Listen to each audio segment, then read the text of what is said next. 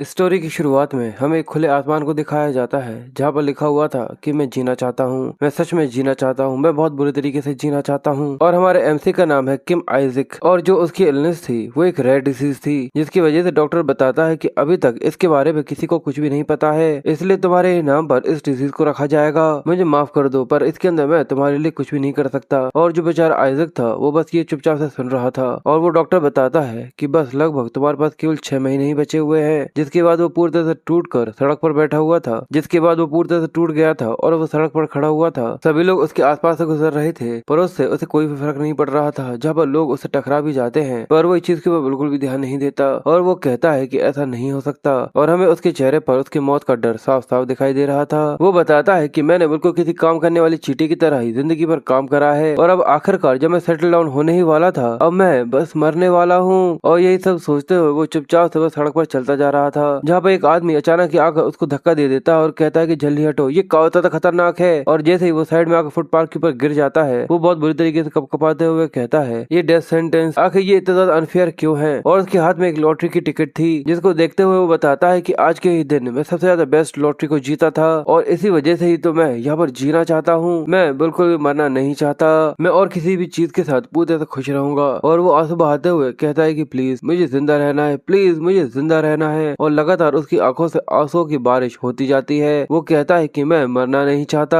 जिसके बाद वो आगे बताता है कि बस इतना कहने की ही देर थी, मैंने ये नहीं कहा था कि मुझे हमेशा जिंदा रहना है, वो भी ऐसे किसी स्टेट के अंदर। मुझे रीइंकार्नेटेड के लिए चुन लिया गया था, वो भी एक टकले स्केलेटन के तौर पर। और ये हमारा एमसी आइजक है जो कि अब एक डीमन बन चुका है। साथ ही वो आगे कहता है कि इस बॉडी के साथ मैं कुछ कर भी नहीं सकता। जिसके बाद हमें उसके सामने कई सारे डीमंस को दिखाते हैं जो कि उसके पीछे से ही उसके ऊपर हमला करने के लिए आ रहे थे। पर वो बड़े ही आराम से पीछे की तरफ घूमता है और अपने कावता भयानक सी तलवार को लेकर उनके ऊपर हमला करता है और बड़े ही आराम से अपने केवल सिंगल स्ट्राइक के साथ उन सभी को मारना चालू कर देता है और बोलता है मैं सभी को मार डालूंगा, सभी को खत्म कर दूंगा। और देखते ही देखते इसी तरीके से वो जितने भी डीमंस होते हैं उन सभी को मार देता है और उनके खून से जमीन पूरी तरह से रंग जाती है और उसकी तलवार से पूरी तरह से वो बह रहा था। जिसके बाद आइजक इस चीज को नोटिस करता है कि उसके पीछे एक और काफी ज्यादा बड़ा सा मॉन्स्टर था जो कि अपने बड़े से हाथ के साथ उसको यहाँ पर दबाने वाला था। ये देखकर वो जल्दी से उससे बचता है और आसमान में जंप कर जाता है और वो बड़े ही आराम से उसको देख रहा था। जिसके बाद वो मुस्कुराते हुए कहता है कि आखिरकार अब ये सारी बकवास यहाँ पर खत्म होगी। और वो फिर से अपनी तलवार के ऊपर अपनी एनर्जी को रिलीज करता है और उससे कहता है कि मरो।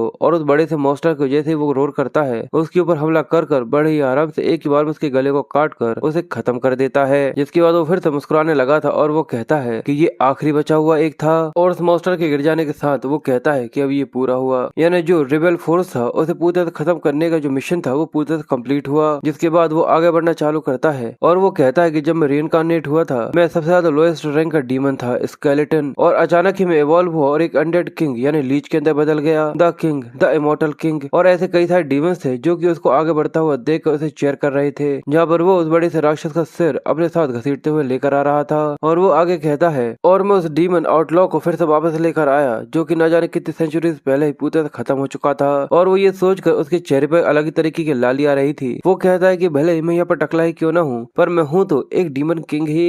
और वो सभी डीमंस चिल्लाते हुए कहते हैं कि इज़िक जो हमारे किंग है जिनने अपना नाम खुद से बनाया है और सभी लोगों के ऊपर राज करा है, इज़िक इज़िक। और ऐसे कर वो उसे चिल्लाए जा रहे थे। पर ये देखकर आइजक को काफी गुस्सा आता है और वो कहता है कि मैंने कहा ना कि मेरा नाम आइजक है, क्या तुम लोगों को सच में इतनी सी कोई चीज भी समझ में नहीं आती। वो कहता है कि तुम बेवकूफ जो कि सही तरीके से मेरा नाम तक नहीं ले सकते, ठीक है इस चीज का ख्याल रखो क्योंकि अब डीमन किंग को। पर तभी जैसे ही वो वहाँ से जाने लगता है तो वो उससे पूछते हैं कि डीमन किंग आखिर आप कहाँ जा रहे हैं। तो वो कहता है कि पेमेंट लेने के लिए, मेरा आखिरी गोल। अभी भी उसके चेहरे पर वही लाली थी और वो आगे बढ़ते हुए कहता है ये सब बेकार से खाने के लिए है और वो सब करने के लिए है जिससे मैं फिर से एक इंसान बन सकूं। जिसके बाद हम एक सूरज भरे आसमान को दिखाते हैं जहाँ पर वो उसी बड़े से डीमन के सिर को लेकर आ गया था। सभी गॉड्स जो कि ये सब देख रहे थे काफी ज्यादा हैरान हो रहे थे और आइजक वहीं पर खड़ा हुआ था और पता चलता है कि वो डीमन रॉयल के अंदर था जहाँ पर 5 गॉड्स जो कि सबसे ऊपर बैठे हुए थे वो उसके सामने बैठे हुए थे। आइजक उन लोगों से कहता है कि मैंने उन सभी को खत्म कर दिया है जो कि तुम्हारे खिलाफ जा रहे थे, एग्रीमेंट अब यहाँ पर खत्म होता है, मैंने बिल्कुल सही कहा ना, इसलिए हमारे कॉन्ट्रैक्ट के हिसाब से अब मुझे एक इंसान बना दो।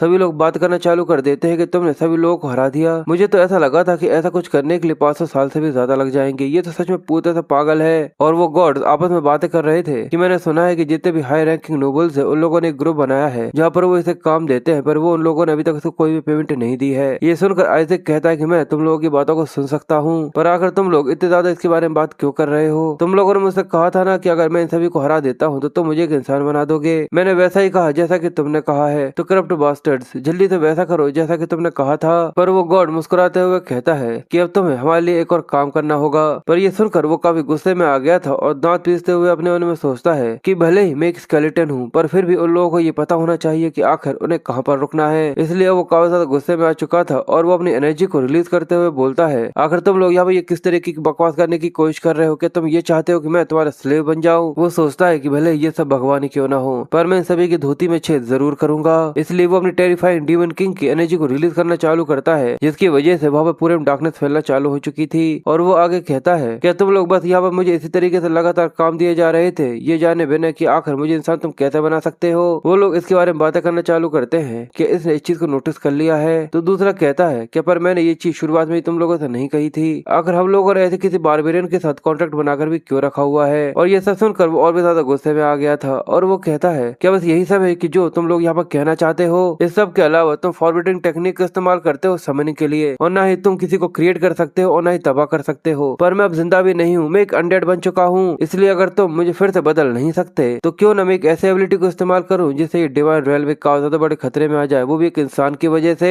वो सभी काफी बुरी तरीके से घबरा गए थे और कहते कि नहीं, प्लीज हम लोगों को थोड़ा सा और समय दो। अगर तुम हम लोगों की कुछ और रिक्वेस्ट को पूरा करते हो तो एज अ पेमेंट मैं इस चीज को प्रॉमिस करता हूँ। पर वो लोगों को टोकते हुए कहता है कि वैसे भी तुम लोगों ने जो प्रॉमिस किया था एज अ पेमेंट, तुम लोग इसे पूरा नहीं कर पा रहे हो। और उसके अंदर से निकलने वाली टेरिफाइंग पावर उन गॉड्स को बहुत बुरी तरीके से डरा रही थी, जहाँ पर वो उन लोगों से आगे कहता है कि इसी वजह से मैं तुम सभी को यहाँ पर मार डालूंगा। ये सुनने के बाद वो लोग काफी ज्यादा गुस्से में आ गए थे और काफी ज्यादा डर भी चुके थे। और ऐसे हंसते हुए कहता है कि तुम सभी को मैं यहाँ पर स्केलेटन्स बना दूंगा। और ये कहकर वो अपनी एनर्जी को रिलीज करते हुए ठहाके लगाना चालू कर चुका था। पर अचानक ही जो उसकी एनर्जी होती है वो धीरे धीरे कर गायब होना चालू हो चुकी थी। और जो उसकी एनर्जी का एक काफी ज्यादा बड़ा सा ब्लास्ट था, जिसको देखकर उसे काफी ज्यादा अच्छा लग रहा था, पर अचानक ही वो पूरे से गायब हो गई थी और कुछ ही देर में वहाँ पे पूरा सन्नाटा छा गया था। ये देखकर वो कहता है कि क्या आखिर जो मेरा मैजिक था अचानक ही गायब कैसे हो गया, और आखिर मैं अपनी बॉडी को हिला क्यों नहीं पा रहा हूँ? पता चलता है और तभी किसी की आवाज आती है जो कि कहता है कि ये पूरे से यूजलेस है, क्योंकि तुम्हारा नाम जो कि यहाँ पर लिखा हुआ है वो यहाँ पर बिल्कुल भी नहीं हिल पा रहा।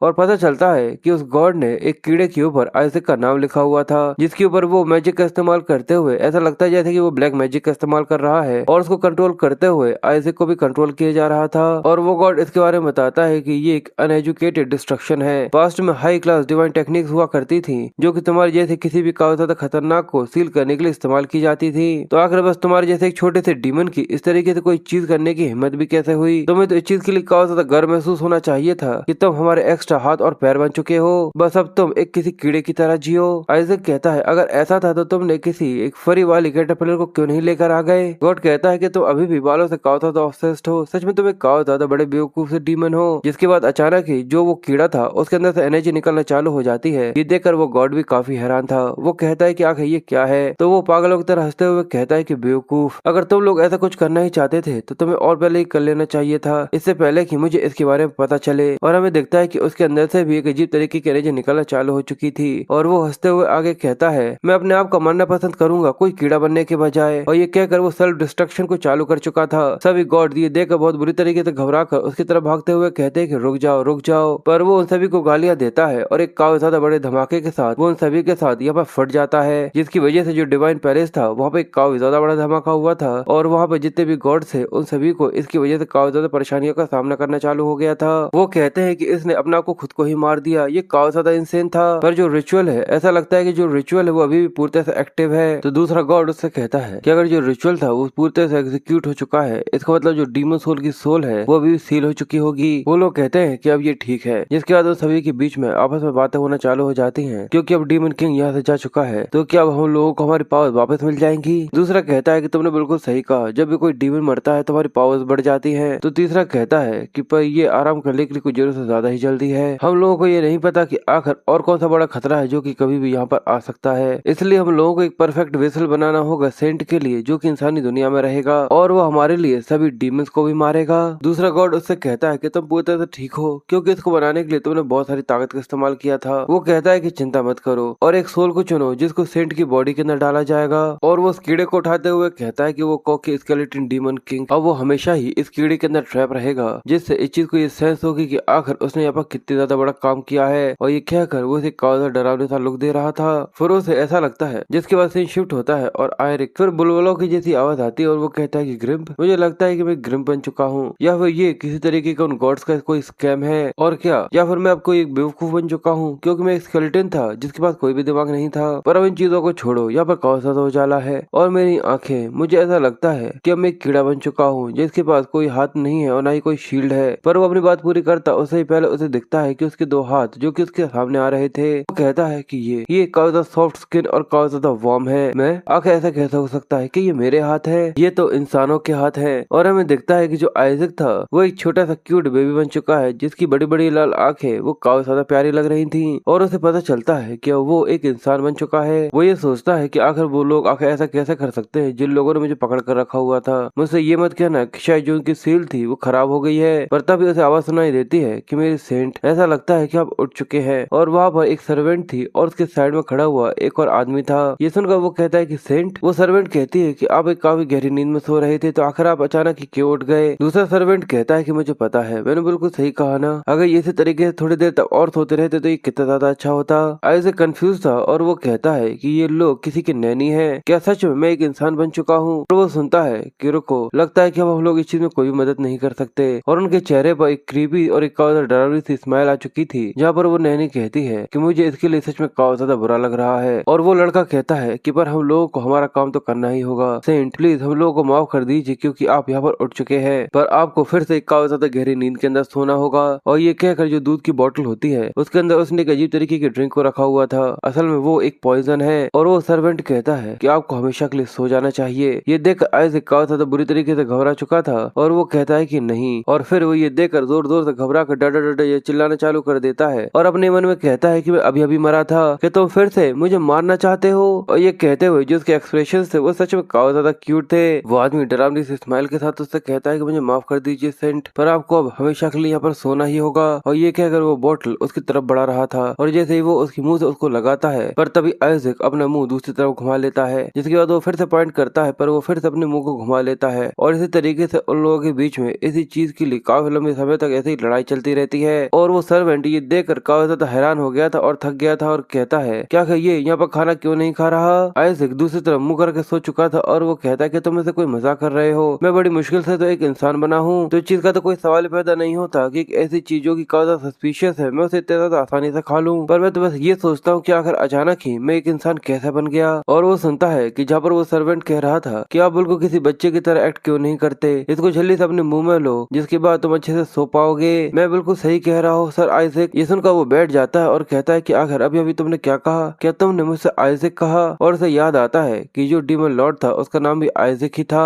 वो कहता है कि ये तो अल्टरनेटिव प्रोनाउंसिएशन है जो कि मेरे नाम का था आइजैक, ये शी क्यू, लगता है कि उन्होंने आइजैक इस्तेमाल किया था। अच्छा अब मुझे समझ में आ गया, इसी वजह से मैं वापस सील नहीं हो पाया था। और सबसे बड़ी बात तो ये है कि मैं एक ऐसे बच्चे की बॉडी के अंदर रिइनकार्नेट हुआ हूँ जिसका नाम बिल्कुल मेरे ही तरह है। और ये सोचकर वो सच में काफी ज्यादा खुश हो गया था और उसके चेहरे पर काफी ज्यादा क्यूट सी स्माइल आ गई थी, जिसके तुरंत बाद ही उसके चेहरे पर काफी ज्यादा क्रीपी सी स्माइल आ जाती है जो देखना काफी ज्यादा डरावना सा था। और वो आगे कहता है कि वो बेवकूफ जो कि अपने आप को सबसे ज्यादा ऊपर एक्ट करते हुए दिखाते हैं, पर वो लोग इतने ज्यादा बेवकूफ हैं और इतने ज्यादा केयरलेस थे कि उन्होंने अपनी सील को ही फेल कर लिया। और वो बस ये सब कर ही रहा था पर अचानक ही जो बोतल थी वो आकर सीधे उसकी मुंह के अंदर धरा जाती है, जिसकी वजह से वो काफी ज्यादा डर गया था। और वो दोनों ही जल्दी से उसको पिलाते हुए कहते हैं कि पी लो। आखिर ये बच्चा इतना ज्यादा स्ट्रॉन्ग क्यों है। और वो अपने मन में बस यही सोच रहा था कि नहीं प्लीज मेरे साथ ऐसा मत करो। और फिर उसे महसूस होता है कि ये तो एक वेजिटेबल जूस है और जो उसका टेस्ट है वो भी सच में काफी ज्यादा बेकार है। वो सोचता है कि ये लोग क्या मुझे यहाँ पे इतने ज्यादा बेकार सा स्वाद देकर जान से मारना चाहते हैं, बड़ी मुश्किल से तो मैं एक इंसान बना हूँ। पर तभी उसकी आंखें बंद होने लग जाती है और वो कहता है कि मुझे काफी ज्यादा ओमनिया सा कुछ महसूस हो रहा है। उन लोगों के चेहरे पर एक काफी ज्यादा डरावनी सी हंसी थी और वो सोचता है कि जो मेरी पूरी बॉडी है। जिसके बाद हमें होली हेल एम्पायर के बारे में दिखाया जाता है जो कि सेंट्रल वेस्टर्न टेम्पल है, जहाँ पर बिशप आगे बढ़ रहा था और सेटनेस उसके पीछे भी चल रही थी। वो ये देखकर सोचता है कि अभी तक तो उन लोगों ने ये काम पूरी तरह कर ही दिया होगा। पर अचानक ही उसके सामने एक आदमी आ जाता है जो कि उससे कहता है कि बिशप ऐसा लगता है कि तुम काफी ज्यादा अच्छे मूड में हो। और हमें इस आदमी के बारे में बताया जाता है कि ये पूरे के पूरे एम्पायर का एम्परर है और इसका नाम अलेक्जेंडर है। बिशप उसके सामने झुककर उसको ग्रीट करता है और कहता है कि सारा एम्पायर आपकी रोशनी की किरणों में ही हमेशा रहेगा। अलेक्जेंडर उससे पूछता है कि बिशप आखिर तुम यहाँ पे क्या कर रहे हो। वो बताता है कि जो जोशुआ फैमिली है है सेंट कैंडिडेट होने की वजह से वो वहाँ पर ग्रीटिंग्स ऑफर कर रहे हैं। ये चीज पूरी तरह से पक्की तो नहीं है पर फिर भी उन लोगों को ऐसा लगता है कि जरूर वो एक सेटन हो सकता है। अलेक्जेंडर कहता है कि अच्छा यानी ये सेंट की वजह से है, इसका मतलब तुम खुद जाकर ये सारी चीजें चेक करने वाले हो। पर वहीं वो बिशप को टॉन्ट मारते हुए कहता है अगर फिर से कोई एक्सीडेंट हो गया जैसे ही तुम सेंट से मिलकर आए तो तुम्हारे लिए सच में काफी ज्यादा बुरा होगा। और ये सुनते से ही उसके चेहरे पर भी एक अलग तरीके की घबराहट आ चुकी थी। बिशप कहता है कि आखिर आपका मतलब क्या है, पर वो अपनी बात पूरी करता उससे पहले किसी के बहुत जोर से चिल्लाने की आवाज आती है जिसकी वजह से वो सभी काफी ज्यादा घबराते हुए पीछे की तरफ देखना चालू कर देते हैं। बिशप ये देखकर सोचता है क्योंकि उसे आवाज आ रही थी कि यंग मास्टर, ऐसा लगता है कि यंग मास्टर। सभी लोग ये सुनकर बहुत बुरी तरीके से घबराते हुए जल्दी से उस तरफ बढ़ना चालू करते हैं और अलेक्जेंडर अपने बच्चे के लिए काफी ज्यादा चिंता कर रहा था और वो जल्दी से थपाके के साथ गेट खोलता है और कहता है कि आखिर मेरा लड़का कहाँ पर है। सर्वेंट काफी ज्यादा घबराते हुए कहती है कि जो यंग मास्टर है। ये देख अलेक्जेंडर को काफी ज्यादा बुरी सी फीलिंग आ रही थी पर वो कहती है कि वो सच में काफी ज्यादा क्यूट है, जरा उनका ये मोटा सा पेट तो देखो। और वो देखने में सच में काफी ज्यादा क्यूट और काफी ज्यादा अच्छा लग रहा था। जहाँ पर वो बताती है कि वो काफी ज्यादा अच्छे से खाना भी खा रहे हैं जिसकी वजह से वो सच में एक एंजल बेबी की तरह दिखना चालू हो चुके हैं और इसी तरीके से वो सभी उसकी तारीफ कर रहे थे। पर जो बिशप था वो ये देखकर कहता है कि ये चीज तो पूरी तरह से नामुमकिन है, आखिर वो अभी तक जिंदा कैसे है। और वो इतनी सारी दूध की बोतल जिनके अंदर पॉइजन था वो ये देखकर कहता है कि उसने तो इतनी सारी ये पी है, उस सब के बाद भी उसके चेहरे पर जो गुस्सा था वो एक अलग ही लेवल पर पहुंच चुका था क्योंकि वो यहाँ पर डरा हुआ भी था और काफी ज्यादा गुस्से में भी आ रहा था। वो कहता है कि ये कोई सिंपल सा वेजिटेबल जूस नहीं है। फिर हमें कुछ समय के पहले का सीन दिखाते हैं, यानी कहा जाए कि कुछ मिनटों पहले का। आयरिस को थोड़ी सी ऑमनिस जो फीलिंग आ रही थी जिसकी वजह से उसे ऐसा लग रहा था कि जो उसकी पूरी पूरी बॉडी है वो कहता है कि नहीं फिर से नहीं। उसे ऐसा लगा था कि शायद अब वो यहाँ पर मर चुका है पर अचानक ही उसकी आंखें खुलती है और वो कहता है कि रुको आखिर ये क्या है। ये तो होलो बाने हैं, ये एक ऐसा फेटल पॉइजन है जो कि होली पावर्स और क्रिस्टल्स को पूरी तरह तबाह करता है। ये भले ही तुरंत काम करना चालू ना करे पर फिर भी ये एक ऐसा पॉइजन है जो कि किसी को भी काफी आसानी से मार सकता है। पर मैं इस पॉइजन को डीमन किंग के लिए माना के अंदर कन्वर्ट कर सकता हूँ क्योंकि ये तो टोटल बूज की तरह है मेरे जैसे किसी फॉर्मल डीमन किंग के लिए। और वो फिर से उसको मुंह में लगा लेता है और वो काफी ज्यादा खुशी खुशी जल्दी जल्दी पीना चालू कर चुका था। और वो कहता है कि मुझे यकीन नहीं हो रहा कि उन लोगों ने मेरे डीमन किंग के लिए कुछ ऐसा हैंड ओवर कर दिया है जिसको मैं माना के अंदर कन्वर्ट कर सकता हूँ। सच में ये तो काफी ज्यादा अमेजिंग है। और वो स्केलेटन इस चीज की वजह से काफी ज्यादा नाच रहा था और काफी ज्यादा इस चीज को एंजॉय करते हुए कहता है मैं इसके जैसे कई सारे मैजिकल बेबी फूड्स को खा सकता हूँ। जिसके बाद वो उस बोतल को फेंकते हुए जोर से चिल्लाता है और कहता है कि मुझे जल्दी से और भी ज्यादा बोतल लेकर आओ। ये देखकर वो कहता है कि सच में यहाँ पे और ज्यादा बोल रहे हैं, मुझे ऐसा लगता है कि हम लोगों को इस चीज को समझना होगा। तो वो उसे ड्रिंक देते हुए कहते हैं कि हम लोग तो और भी ज्यादा खुश रहेंगे अगर आप और भी ज्यादा पीते हो पोप। अब मुझे लगता है कि जो वेजिटेबल जूस है वो सही तरीके से तुरंत ही काम करना चालू नहीं करता। पर जो आइजक था उसे तो ये चीज काफी ज्यादा अच्छी लग रही थी और वो तो बस बोतल लेकर उसे पिए जा रहा था। और वो कहता है कि जो मेरा माना एब्जॉर्प्शन है वो यहाँ पर जी चुका है। और फिर वो आगे कहता है कि सबके अलावा आखिर मैं यहाँ पर ये क्या कर रहा हूँ। फिर वो अपनी आंखें बंद कर अपने सबकॉन्शियस माइंड के अंदर जहाँ पर काफी ज्यादा अंधेरा होता है वहाँ पर जाना चालू कर चुका था। वो कहता है कि मुझे कॉन्शियस वर्ल्ड को छोड़कर सबकॉन्शियस वर्ल्ड के अंदर जाना होगा। और जैसे जैसे वो पानी के अंदर तैरता जा रहा था वो कहता है कि मुझे इसकी सबसे ज्यादा गहराई के अंदर जाना होगा जहाँ पर इस दुनिया का ओरिजिन है। और वो काफी ज्यादा गहराई के अंदर आने के बाद कहता है कि यहाँ पर वो माना कोर जो कि मुझे यहाँ पर बनाना होगा। फिर वो वहाँ पर बैठ जाता है और कहता है लगता है कि ये चीज पूरी तरह से ठीक होगी। और फिर वो फोकस करना चालू करता है और उसके हाथ पर एक एनर्जी प्रोड्यूस होना चालू हो चुकी थी जहाँ पर कई सारा माना उसके अंदर इकट्ठा होना चालू हो चुका था। और कहता है मैं काफी ज्यादा माना को गैदर कर पा रहा हूँ और इस माना कोर के अंदर एब्जॉर्ब कर पा रहा हूँ। अगर मैं मैजिक का इस्तेमाल करना चाहता हूँ तो मुझे माना कोर की जरूरत होगी जिससे मैं किसी भी तरीके के स्पेल को फ्यूचर में चलकर कास्ट कर सकूं और इसके लिए मुझे ये करना होगा। और वो देखता है कि वहाँ पे काफी ज्यादा बड़ा माना एक्सप्लोजन हुआ था पर तभी वो ये देख और ज्यादा हैरान हो गया था। और वो कहता है कि रुको ये माना कोर पूरी तरह से नॉर्मल होना चाहिए था और 3 कलर के अंदर होना चाहिए था पर ये तो पूरी तरह से व्हाइट है।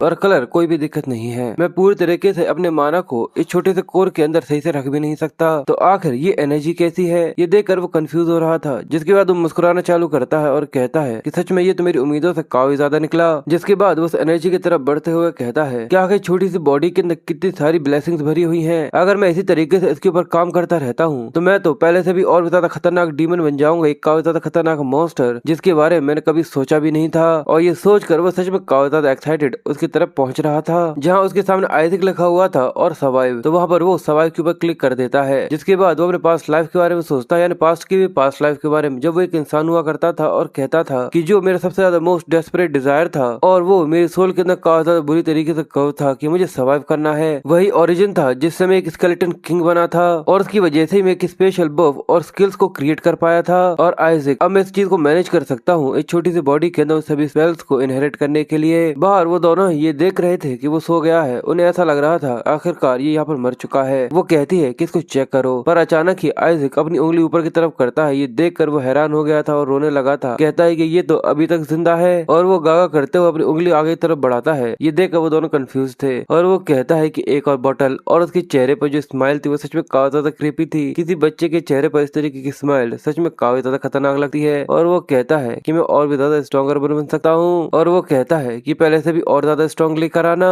जिसके बाद सीन प्रेजेंट में आ जाता है जहाँ पर अलेक्जेंडर उसके सामने खड़ा हुआ था और कहता है ये तो काफी ज्यादा अच्छा है कि इसको यहाँ पर कुछ भी नहीं हुआ है। आइजैक सोचता है कि मुझे तो मारने की बहुत ज्यादा कोशिश करी थी पर मुझे कुछ भी नहीं हुआ। और जो बिशप था वो यही देखकर काफी ज्यादा घबराते हुए कहता है कि आखिर ये क्या है, आखिर ये मुझे इस तरीके से क्यों देख रहा है। और वो उन बॉटल्स को देखकर कहता है कि सच में इतना इतना सब कुछ खाया है। और आइजैक ये देखकर कहता है कि मैं यहाँ पे कुछ भी ऐसा नहीं कर सकता जिसकी वजह से इन लोगों को मेरे ऊपर शक हो जाए, इसलिए चलो बेवकूफों की तरह गेम खेलते हैं और मुस्कुराते हैं। और वो फिर बच्चे की तरह मुस्कुराना चालू कर चुका था। ये देखकर बिशप को और भी ज्यादा हैरानी हो रही थी और वो कहता है कि आखिर ये है क्या, ये यहाँ पर काफी होना चाहिए था कि इसे खून की उल्टियां होने लग जाती और ये यहाँ पर मर जाता, पर उसके बजाय तो ये शैतान यहाँ पर मुस्कुरा रहा है। और ये देखकर उसके चेहरे पर एक अलग ही डर और एक अलग ही पसीना पसीना हो रहा था। फिर हमें उससे कुछ दिनों के पहले का सीन दिखाया जाता है जो कि सेंट्रल पेप्सी के अंदर था। कहा जाता है कि जो एक बार सेंट बनेगा वो पूरे होली एम्पायर के ऊपर राज करेगा। और एक आदमी जो कि शराब पी रहा था वो कहता है कि आखिर ये किस तरीके का मजाक है। आखिर में सभी लोग यहाँ पर यही क्लेम कर रहे हैं कि जो उनका बच्चा है वो एक सेंट है। यहाँ तक जितने लोली हाउस है वो सभी भी ये सब कह रहे हैं। बिशप कहता है कि आप इसकी चिंता मत करिए, बाकी जितने भी कैंडिडेट थे जो कि सेंट के लिए मैं उन सभी का ख्याल रखूंगा। ये सुनकर वो आदमी जो कि शराब पी रहा था वो कहता है कि बिल्कुल, पर मैंने अचानक ही कुछ अनप्लीजेंट से रूमर सुने हैं। ये सुनकर बिशप थोड़ा सा हैरान हो गया था और वो कहता है कि यहाँ पर एक ऐसा सेंट कैंडिडेट है जो कि जोशुआ फैमिली से है। और ये कहते हुए उसकी आंखों में एक अलग ही गुस्सा दिख रहा था जो कि वो अपने ग्लास को मोड़ते हुए दिखा रहा था। जोशुआ हाउस जो कि एम्पायर का राइट आर्म है। बिशप कहता है पर हम लोग तो उनका कुछ भी नहीं कर सकते। ये सुनकर वो आदमी ग्लास को नीचे की तरफ फेंक देता है और उससे कहता है तुम्हें तो यहाँ पर जैसे ही तुम यहाँ पर आए थे तो मर जाना चाहिए था। ये सुनकर बिशप काफी हैरान हो गया था और वो आगे कहता है कि जब तुम यहाँ पर आए थे उस समय तक तो उसे वहाँ पर मर जाना चाहिए था। ये सुनकर बिशप कंफ्यूज था और वो आदमी आगे कहता है कि तुम्हें तो बस वहाँ पर जाकर ये कंफर्म करना है कि जो उसकी लाश है वो वहाँ पर पूरी तरह से है या नहीं, यानी वो मर चुका है या फिर नहीं, क्योंकि मैं पहले से ही उसके लिए वहाँ पर एक प्लान बना चुका हूँ। और वो एक इविल सी एनर्जी अपने अंदर से रिलीज करते हुए कहता है कि जो सेंट है वो जरूर मेरे घर से ही होगा। और उस आदमी के अंदर से एक अजीब तरीके का ऑरा निकल रहा था जहाँ पर वो देखने में सच में काफी ज्यादा अजीब सा भी लग रहा था। और वो कहता है कि जो सेंट है वो जरूर हमारे ही घर से होना चाहिए, यानी बैरेट फैमिली से। और इस आदमी का नाम बैरेट है जो कि बैरेट फैमिली का पैट्रियार्च है। सीन प्रेजेंट टाइम में आ जाता है जब बिशप उस लड़के को देखकर कहता है कि उसने तो कहा था कि अब तक वो मारा जा चुका होगा पर वो आखिर अभी तक जिंदा है, आखिर कैसे। उसके चेहरे पर उसका डर और गुस्सा साफ साफ दिखाई दे रहा था। वो कहता है कि इसे तो यहाँ पर कुछ भी हुआ ही नहीं है। अलेक्जेंडर ये देख के स्माइल करते हुए कहता है कि ये काफी इंटरेस्टिंग है, इसके चमकते हुए ये चांदी जैसे बाल, ये तो वही हेयर कलर है जो कि होली एम्पायर के फाउंडर का था। क्यों बिशप, मैंने बिल्कुल सही कहा ना। वो ये देख कर हैरान हो जाता है और कहता है कि मेरे लॉर्ड आखिर आप ऐसा कुछ कैसे कह सकते हैं। आइजैक कंफ्यूज था और वो कहता है कि ये इंसान क्या ये एम्परर है। मुझे तो ये कहना चाहिए ऐसा लगता है जैसे कि पोप से भी ज्यादा भगवान के करीब पहुंच चुका है। वो कहता है कि जैसा कि फाइनल सेट कैंडिडेट से उम्मीद करनी चाहिए। पर आयरिस ये सुनने के बाद काफी ज्यादा हक्का बक्का रह गया था और उसका मुंह खुला का खुला रह जाता है। वो कहता है क्या मैं एक सेंट कैंडिडेट हूँ। वो लगातार कहे जा रहे थे कि सेंट ये सेंट वो, तो क्या इसका मतलब ये है कि वो मुझसे कह रहे थे। बिशप ये देखकर काफी गुस्से में बस यही सोच रहा था कि अब तो यहाँ पर एम्परर भी इसको, और अब बिशप तो ये सोच रहा था कि यहाँ पर एम्परर भी उसे फेवर करना चालू कर चुके हैं, पर इस चीज को ज्यादा देर तक आगे नहीं बढ़ाया जा सकता। इसलिए वो आगे बढ़कर अलेक्जेंडर से कहता है कि मेरे लॉर्ड इस बच्चे का मुझे ख्याल रखने दीजिए। ये देखकर वो कंफ्यूज था और वो कहता है कि आखिर मैं ऐसा क्यों करूं। वो कहता है कि इसके अंदर कोई ना कोई गड़बड़ है, कोई भी न्यूबॉर्न बेबी आखिर इतना ज्यादा वेजिटेबल जूस कैसे पी सकता है। अलेक्जेंडर कहता है कि आखिर इसके अंदर गलत क्या है। जो सेंट कैंडिडेट्स होते हैं वो खाना पानी इसी तरीके से तो करते हैं बहुत ज्यादा, पर आइजैक अभी भी काफी ज्यादा परेशान होते हुए यही सोच रहा था कि मैं एक डीमन लॉर्ड या फिर एक सेंट कैंडिडेट, आगे ये सब हो क्या रहा है। और वो आगे अलेक्जेंडर से कहता है फिर हम लोग इस चीज को पक्का नहीं कह सकते, तो क्या आप मुझे इसको देखने देंगे। एक आदमी जो कि जोशुआ हाउस से यहाँ पर आया है, तो क्या प्लीज आप इस चीज को प्रोसेस कर सकते हैं। और वो इसी तरीके से यहाँ पर बात कर रहे थे, जहाँ पर अचानक ही आइजक अपने मुंह से एक डकार दे मारता है जिसके अंदर काफी ज्यादा डार्क एनर्जी थी। ये देखकर वो जल्दी से अपने मुंह बंद कर लेता और कहता है कि ये तो वो डार्क माना है जो कि सही तरीके से डाइजेस्ट नहीं हो पाया था। और वो काफी ज्यादा घबराते हुए कहता है कि इसको मेरे बारे में पता चल चुका है। और तभी बिशप उससे कहता है कि माय लॉर्ड, इस बच्चे के अंदर से मुझे काफी ज्यादा डार्क माना महसूस हो रहा है। और उसको ये बोलता हुआ देखकर आइजक बहुत बुरी तरीके से घबरा गया था और वो कहता है कि मुझे इसके ऊपर शक हो रहा है। और उसके चेहरे पर एक अलग तरीके की क्रीपी स्माइल थी, जैसे कि यहाँ पर उसे ऐसा कुछ मिल गया है जिससे वो इस लड़के को यहाँ पर मार सकता है। और आइजक कहता है कि ये कमीना, इसने मेरे बारे में पता लगा लिया। और वो आइजक की तरफ बढ़ते हुए कहता है, ऐसा लगता है कि शायद ये बच्चा एक फॉल्स कैंडिडेट है जिसके अंदर बड़ी मुश्किल से ही थोड़ा सा माना है। वो आइजक की तरफ आगे बढ़ते हुए कहता है, मुझे लगता है कि ये बच्चा एक फॉल्स कैंडिडेट है जिसके अंदर माना है, इसलिए मुझे आगे जाकर इंक्विजिटर से जाकर इसके बारे में बात करनी चाहिए। ये देखकर वो बहुत बुरी तरीके से घबरा गया था और वो कहता है कि आखिर तुम ऐसा कैसे कह सकते हो कि ये एक प्रीवियस कैंडिडेट है। बिशप कहता है कि आपको इसकी चिंता करने की बिल्कुल भी जरूरत नहीं है, क्योंकि पोप ने पहले ये चीज को क्लियर कर दिया है कि जो कैंडिडेट है, पोप ने पहले ये चीज क्लियर कर दी है कि जो सेंट का कैंडिडेट है वो उनकी बैरेट फैमिली के अंदर से ही होने वाला है। ये सुनकर एम्परर का ज्यादा शौक था और वो कहता है कि एक बच्चा जो कि उसकी खुद की फैमिली से वो एक सेंट बनेगा, ये सच में काफी शर्मनाक है। और इस आइजक को भी समझ में आ गया था और वो ये देखकर सोचता है कि अच्छा इसी वजह से ये लोग मुझे यहाँ पर मारने की कोशिश कर रहे हैं। जिसके बाद बिशप ने उसे अपने गोद में उठा लिया था और वो कहता है, मुझे ऐसा लगता है कि अब मुझे इंक्विजिटर के पास इसको लेकर जाना चाहिए। पर ये देखकर वो उसको गाली देता है, वो भी अपने मन में। जिसके बाद एम्परर उसे कुछ कहते हुए उसको रोक पाता और वो कहता है कि जो जोशुआ फैमिली है वो रॉयल कोर्ट के काफी ज्यादा करीब और काफी ज्यादा अच्छे दोस्त है, इसलिए एज अ एम्परर मैं यहाँ स्ट्रांगली रिकमेंड करता हूँ कि इस बच्चे को अभी भी कंसिडर किया जाए। बिशप कहता है कि माय लॉर्ड, मैं इस चीज को समझता हूँ, पर हिज हाइनेस ने पहले ही ये कह दिया था कि जो क्राउन प्रिंस की ब्लेसिंग है वो केवल उसी को मिलेंगी जो कि सेंट बनेगा और उसके बाद ये चीज डिसाइड होगी। ये जानने के बाद एम्परर काफी ज्यादा बुरी तरीके से घबरा गया था और वो सोचता है अगर मैंने इसे भी यहाँ पर सपोर्ट नहीं किया तो पोप अपने बच्चे को आगे की तरफ बढ़ाएगा और इस बच्चे को खत्म कर देगा। और वो उससे आगे कहता है कि ये पेप्सी की इच्छा है। आइजक को ये सब देखकर काफी गुस्सा आ रहा था और वो उसको गाली देता रहता है कि ये घटिया से कमीने कहीं के, पर ये सच में मेरे लिए काफी ज्यादा बुरा है। अगर उन लोगों को ये पता चल गया कि आखिर मैं कौन हूँ। पर तभी जो बिशप कहता है या फिर हम लोग अभी यहाँ पर आकर तुरंत ही इसको चेक कर सकते हैं। तभी उसका ध्यान उस बॉटल के ऊपर जाता है जो कि उसके अपने हाथ में पकड़ी हुई थी और वो कहता है, ऐसा लगता है कि जो मेरी एक्सरसाइज की पावर्स हैं उनके साथ मैं इसको चेक कर सकता हूँ कि ये एक इंसान है या फिर ये काफी सेफ है। अगर ये एक डीमन निकला तो हम लोग इसे तुरंत ही मार देंगे। पर वो अपनी बात पूरी कर पाता उससे ही पहले आइजक होली पावर्स का इस्तेमाल करते हुए अपनी बॉटल के अंदर से इतनी ज्यादा एनर्जी बनाता है कि उसकी जैसे उसको मुंह पर मारता है तो उसके मुंह से खून आना चालू हो गया था।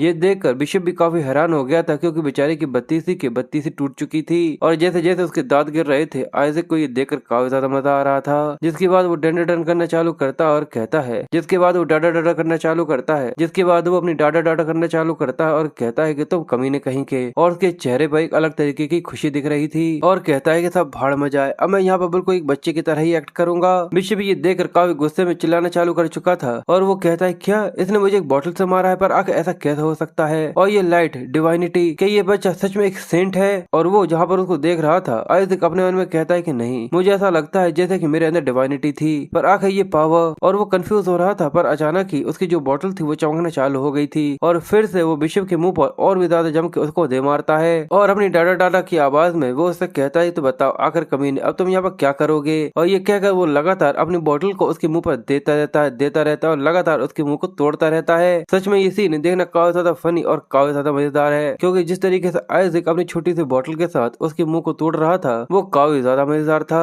इसकी वजह से उसके मुंह से खून आना चालू हो चुका था और वो बस ये देख रहा था। इस सब की वजह से उसके मुंह से खून आना चालू हो चुका था पर वो बस इस चीज को देख रहा था। उसे काफी ज्यादा गुस्सा भी आ रहा था पर वो कुछ भी नहीं कर पा रहा था। वो बस ये सोच रहा था कि ये डार्क मैजिक है। एम्परर ये देखकर काफी ज्यादा खुश हो रहा था और उसके चेहरे पे एक अलग ही तरीके की स्माइल थी। वो कहता है कि ये लाइट, और आइजक बताता है कि बिल्कुल मैं स्ट्रेंथनिंग मैजिक को इस्तेमाल कर सकता हूँ जिससे मैं इस बॉटल को काफी ज्यादा कड़क कर सकूं और साथ इस तरीके से एक्टिंग करूँ जैसे कि मैं एक छोटा सा इनोसेंट से छोटा सा बच्चा हूँ। और वो लगातार उसको मारते हुए अपने मन में कहता है, तो कमीने बताओ आखिर तुम्हें ये कैसा लग रहा है। और एम्परर और सभी लोग ये देखकर कहते हैं, ऐसा लगता है कि जो बिशप है इसकी डिवाइनिटी देखकर काफी ज्यादा इम्प्रेस हो चुके हैं। जहाँ तक आइजक भी ये देखकर काफी हैरान था और वो कहता है कि रुको, आखिर ये क्या है, ये काफी कमजोर है पर जितनी भी बार मैं डार्क माना को इस्तेमाल करता हूँ छोटा सा डिवाइनिटी माना उसको ऊपर से कवर कर लेता है। पर ये दोनों तो साउथ पोल और नॉर्थ पोल की तरह है, तो आखिर ये चीज पॉसिबल कैसे हो सकती है कि आखिर वो दोनों ही को मैं एक साथ इस्तेमाल कर सकूं। मुझे लगता है कि जरूर इस चीज का लेना देना उस व्हाइट माना कोर से है। और वो ये सोचकर जैसे बिशप को फिर से मारने वाला था पर तभी वो बिशप अपने हाथ से उसकी बोतल को पकड़ लेता है। ये देखकर वो कंफ्यूज कंफ्यूज था और बिशप की शक्ल देखने लायक थी जब पर वो उस बोतल को उसे छुड़ा लेता है। फिर वो गुस्से में उस बोतल को नीचे फेंकते हुए कहता है कि मैं कसम खाकर कहता हूँ कि जो अभी मैं यहाँ पर हूँ ये बच्चा एक शैतान है, इसलिए हम लोगों को तुरंत ही इसके ऊपर एक्सोर्सिज्म यहाँ पर इसलिए हम लोगों को अभी यहाँ पर इसके ऊपर एक्सोर्सिज्म करना होगा। पर ये देखकर आइजैक सोचता है कि सच में तुम काफी ज्यादा स्टबर्न हो और वो फिर डर करते हुए कहता है कि पर मुझे ये सब करने की कोई भी जरूरत नहीं है। और ये कहकर वो बिशप के कपड़ों में हाथ डाल लेता है जिसके अंदर से वो कुछ निकालता है और कहता है पर तुम्हारे पास कुछ ऐसी काफी ज्यादा इंटरेस्टिंग चीजें हैं जो कि मैंने बिल्कुल सही कहा ना। और उसके पास एक कटा हुआ हाथ था जिसको पूरे से पैक कर रखा गया था। बिशप ये देखकर काफी ज्यादा हैरान हो गया था और बताया जाता है कि ये उन डीमन के पार्ट्स हैं जो कि पूरे से वेनिश हो चुके हैं, जिनको टोटेम कहा जाता है। एक ऐसा ऑब्जेक्ट जिसका इस्तेमाल किया जाता है डीमंस की एबिलिटी को इस्तेमाल करने के लिए और उनकी पावर्स को एब्जॉर्ब करने के लिए जो कि किनके होते हैं। और अगर ये इसे अपने पास रखे हुए है इसका मतलब ये है कि ये डीमन को कभी भी बुला सकता है। पर मैं तो ये सोचता हूँ कि आगे इसके जैसे एक छोटा सा कमीना इसके बारे में कैसे जान सकता है। और ये सब सोचते हुए आइजैक के चेहरे पर जो स्माइल थी वो सच में काफी ज्यादा फनी है। जिसके बाद उसके दिमाग में जो खुराफाती प्लान चल रहा था वो लेकर उस हाथ को झल्ली से उन लोगों के सामने फेंक देता है। बिशप ये देखकर काफी ज्यादा हैरान और काफी ज्यादा घबरा रहा था और जैसे जैसे वो हाथ नीचे गिरता जा रहा था आइजैक कहता है कि जरा करीब से देखो कमीने, तुम मेरे करीब आते जा रहे हो। और हमें दिखता है कि उस टूर्नामेंट के अंदर से अचानक एक डार्क एनर्जी निकलना चालू होती है और उसकी जितने भी रिबन्स थे वो जैसे ही खुल जाते हैं तो उसके अंदर से निकलने वाली डार्क एनर्जी और भी ज्यादा बढ़ चुकी थी। और आइजैक बिशप से कहता है तो चलो इसके बदले में मैं तुम्हें कुछ दिखाता हूँ। और जैसे ही वो अपनी छोटी सी उंगलियों को एक दूसरे से टैप करता है जिसकी वजह से चुटकी बजती है, उस टूर्नामेंट के अंदर से काफी ज्यादा खतरनाक और काफी ज्यादा भयानक सा डीमन एक शेडो के अंदर निकलकर बाहर आ गया था। सभी लोग ये देखकर काफी ज्यादा हैरान और काफी ज्यादा डर चुके थे। वो कहते हैं कि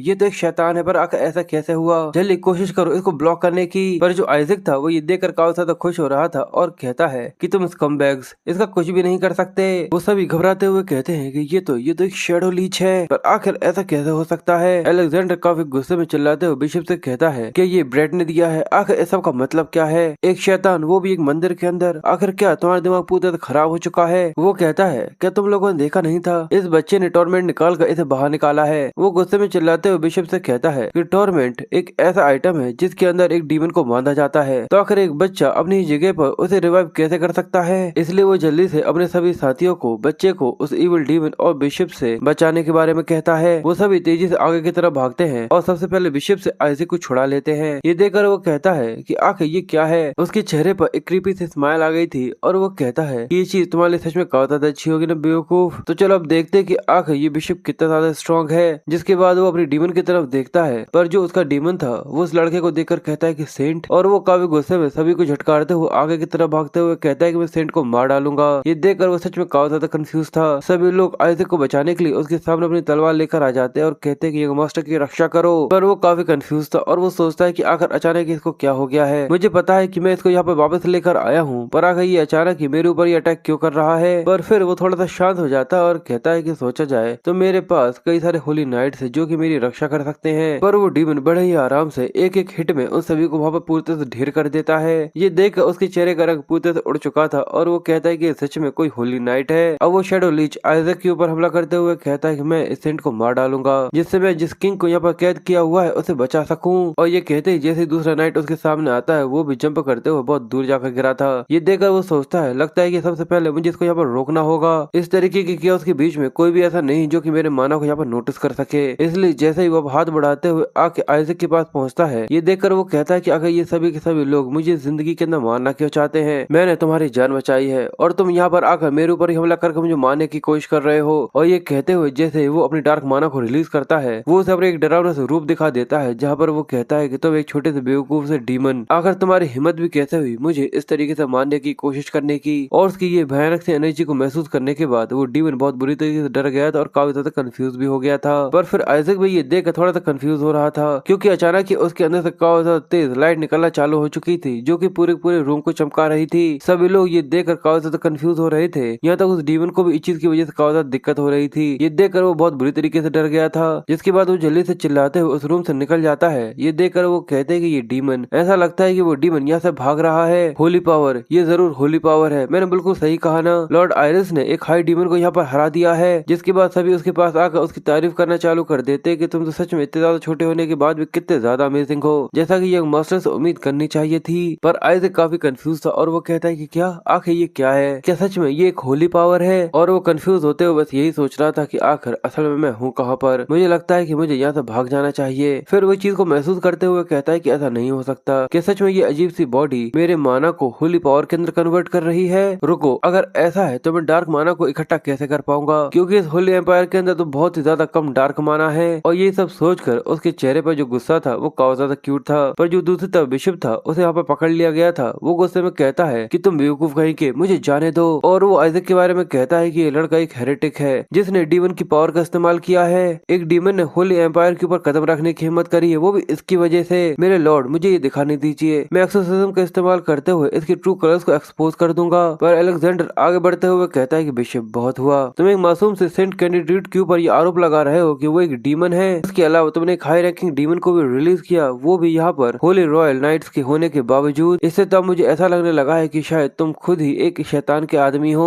इसी वजह से अब ये चीज तुम्हारे लिए बिल्कुल भी अच्छी नहीं होने वाली। और ये सुनने के बाद बिशप के चेहरे पर जो डर था उसकी वजह से उसके चेहरे का रंग उड़ चुका था। इसलिए वो सोचता है कि इसके दिमाग के अंदर ये सीड पहले ही पहुंच चुका है, तो जल्दी इसको इसके बारे में पता भी चल जाएगा कि आखिर यहाँ पे कोई जासूस कौन है। इसलिए अगर ऐसा होता है तो इसकी वजह से जो कि मैंने पेपिलिटी का इम्पैक्ट इसके ऊपर डाला है वो पूरे से नेगेटिव हो सकता है। और ये सोचकर वो अपनी उंगली से एक मैजिकल सर्कल बनाता है और आगे कहता है, अगर इसकी वजह से भले यहाँ पर आज मेरी जिंदगी की क्यों न खत्म हो जाए, पर फिर भी मैं अपनी फैमिली के लोगों की जान जरूर बचाऊंगा। और इसी वजह से उसने यहाँ पर एक डीमन को समन कर लिया था, या फिर ये कहना चाहिए एक ड्रैगन को। और वो आगे कहता है, लगभग मैं यहाँ पर आखिरी सेंट कैंडिडेट को तो मार कर ही रहूंगा। वो बड़ा सा वुल्फ आइजैक की तरफ बढ़ना चालू हो चुका था। वो आदमी ये देखकर डर गया था, पर आइजैक उसकी गोदी में बैठा हुआ लंबी से सांस लेते हुए कहता है, ये बेवकूफ आदमी सच में काफी ज्यादा जिद्दी है। आखिरकार इसने अपने सच्चे रंग दिखाना चालू कर दिया है। पर क्या सच में इसको ऐसा लगता है कि इस तरीके से कमजोर से अटैक से ये यहाँ पर मुझे हरा सकता है? पर तभी उसे एक चीज नोटिस होती है और वो वुल्फ जैसे जंप करते हुए उसके ऊपर हमला करता है। वो कहता है कि रुको, लगता है कि मेरे पास तो माना बिल्कुल भी बचा ही नहीं है। और हमें उसकी आंखों में वो बड़ा सा वुल्फ दिखाते हैं जो कि उसके ऊपर हमला करके उसे खत्म करने ही वाला था। पर अचानक एक अटैक आता है जो कि सीधे आकर वुल्फ की गर्दन पर टकराता है। ये देखकर आइजैक भी कंफ्यूज था और एक आदमी की आवाज आती है, आखिर तुम्हारी एक जोशुआ के बच्चे के ऊपर इस तरीके से हाथ रखने की हिम्मत भी कैसे हुई? और वो आदमी धीरे धीरे करके अंदर आ रहा था। ये देखकर वो कहता है कि ये डिवोट औरा, ये तो जोशुआ के नाइट्स हैं और ये जोशुआ हाउस का 7th सन है और इसका नाम रिलाई जोशुआ है। और रिलाई वहाँ पर आते ही तुरंत ही कहता है कि बिशप को जाकर तुरंत ही अरेस्ट कर लो।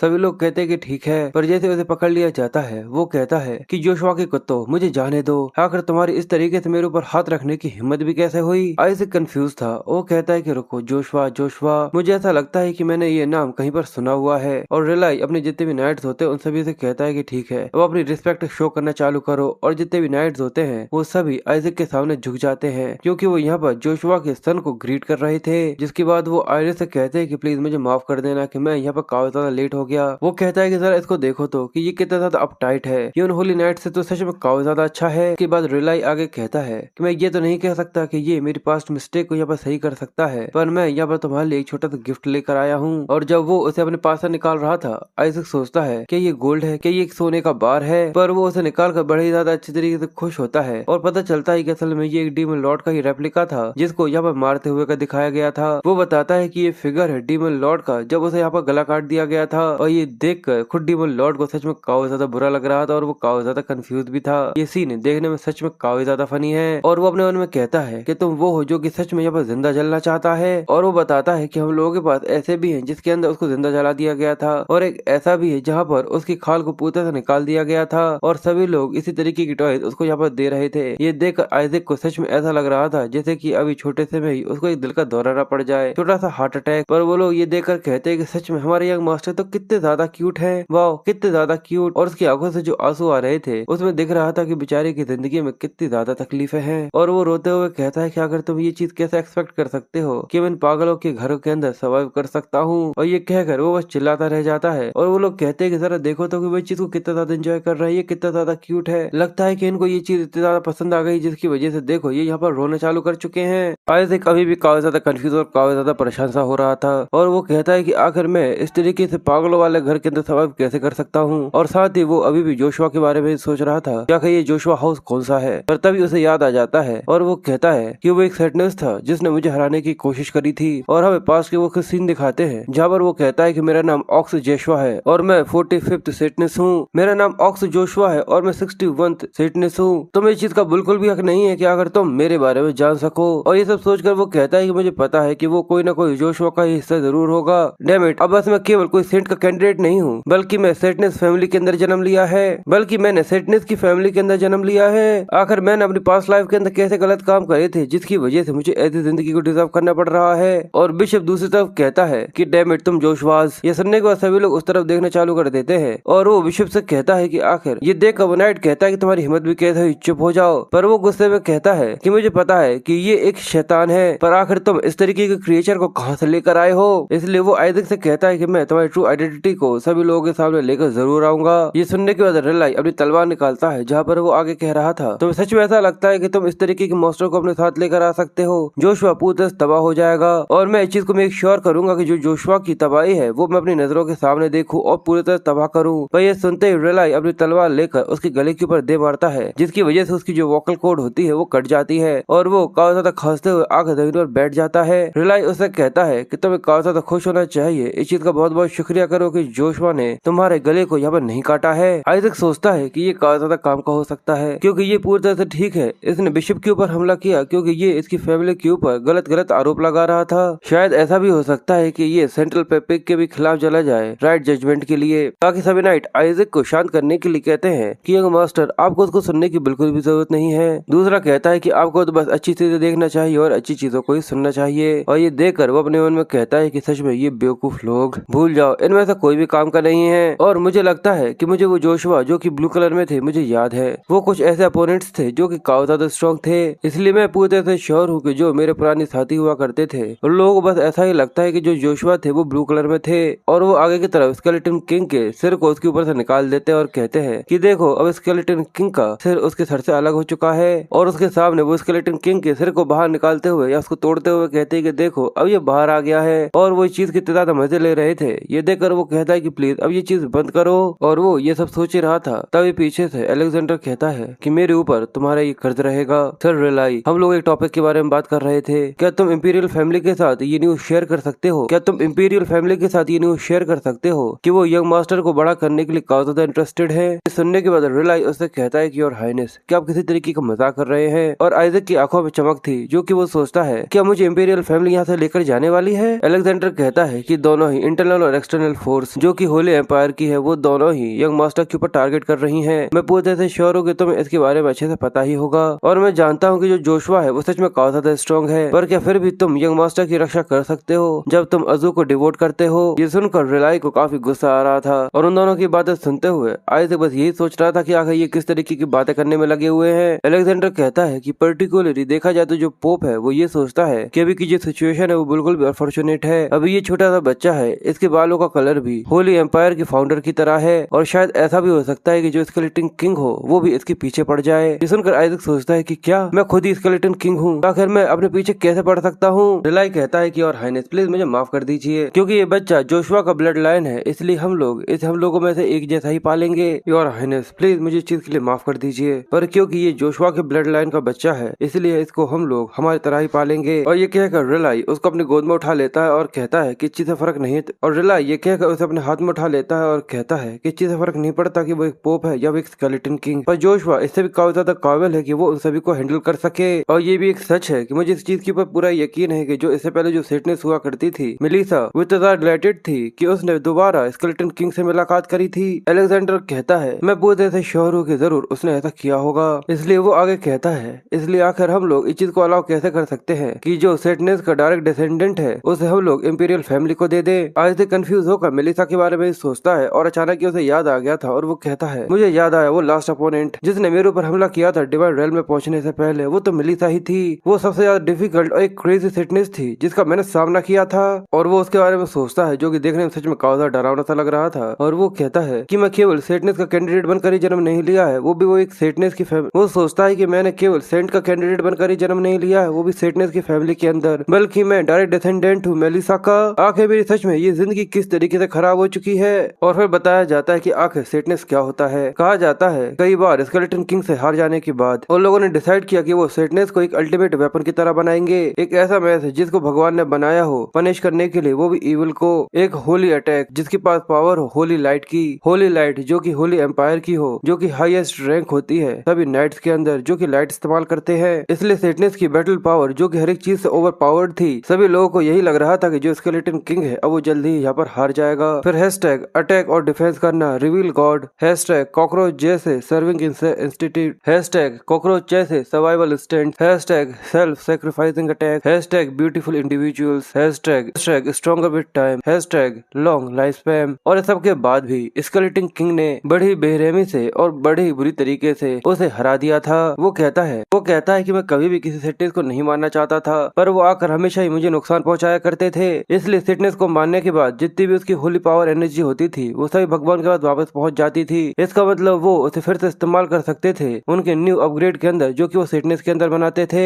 इसी वजह से जो लास्ट सेटनेस थी मेलिसा, वो सच में काफी ज्यादा स्ट्रॉन्ग हुआ करती थी। उसने लगभग मुझे मार ही डाला था। और अब मैं सोचता हूँ कि सच में वो मेलिसा मेरी एक एंसेस्टर है। सेटनेस की एग्जिस्टेंस वो एक ऐसी इच्छा थी, उसके अलावा हमें कुछ भी नहीं चाहिए था जो कि केवल स्केलेटन किंग को मार सके। जोशुआ ही एक ऐसी लौती फैमिली है जिसने सेटनेस को प्रोटेक्ट किया था और यही इनका एक लौता मिशन है। और उनका यही एक लौता मिशन है कि जो भी भगवान के खिलाफ जाएगा उसे हरा दिया जाए। इसलिए मैं पूरे से श्योर हूँ कि जोशुआ इससे भी और भी ज्यादा केपेबल है कि वो एक बच्चे की रक्षा कर सके। तो पीछे से एक नाइट उससे कहता है कि आपने बिल्कुल सही कहा। क्या आपको ये पता भी है कि आखिर न जाने कितनी सेटनेस थी जो कि स्केलेटन किंग को हैंडल करने में फेल हो गई थी। तो वो बुरी सी शक्ल बनाते हुए सोचता है कि नहीं, मैंने उनमें से किसी को भी नहीं मारा। और स्केलेटन किंग तो एक बार उसकी ट्रैप के अंदर फंस भी गया था क्योंकि उसे ये लग रहा था कि जो सेटनेस है वो उसे लड़ने के खिलाफ बिल्कुल भी नहीं है। वो सोचता है कि मैंने उसे जाने दिया था। वो कहता है कि मैंने उसे जाने दिया था क्योंकि आखिर मुझे इसके बारे में कैसे पता हो सकता है कि उसे दिशाओं के बारे में बिल्कुल भी नहीं पता था कि आखिर कहाँ से रास्ता हो सकता है। वो आगे कहता है कि 5 सेटनेस थी जो कि फ्रस्ट्रेशन की वजह से ही मारी गई थी। आइजैक सोचता है कि डैम इट, क्या तुम्हें नहीं लगता कि उन्हें हॉस्पिटल जाना चाहिए था। रिलाई कहता है कि बच्चे तुम बिल्कुल भी चिंता मत करो, भले ही अगर तुम श्रापित क्यों ना हो पर फिर भी हम लोग सारी कोशिश करेंगे कि तुम्हारी रक्षा कर सके। ये सुनकर उसे बहुत ज्यादा गुस्सा आ रहा था और वो कहता है पर क्या वो मैं अकेला ही हूँ जिसको इस चीज से काफी ज्यादा दिक्कतें हैं, और आखिर कर्ज का क्या मतलब है, क्या तुम मुझे बताओगे।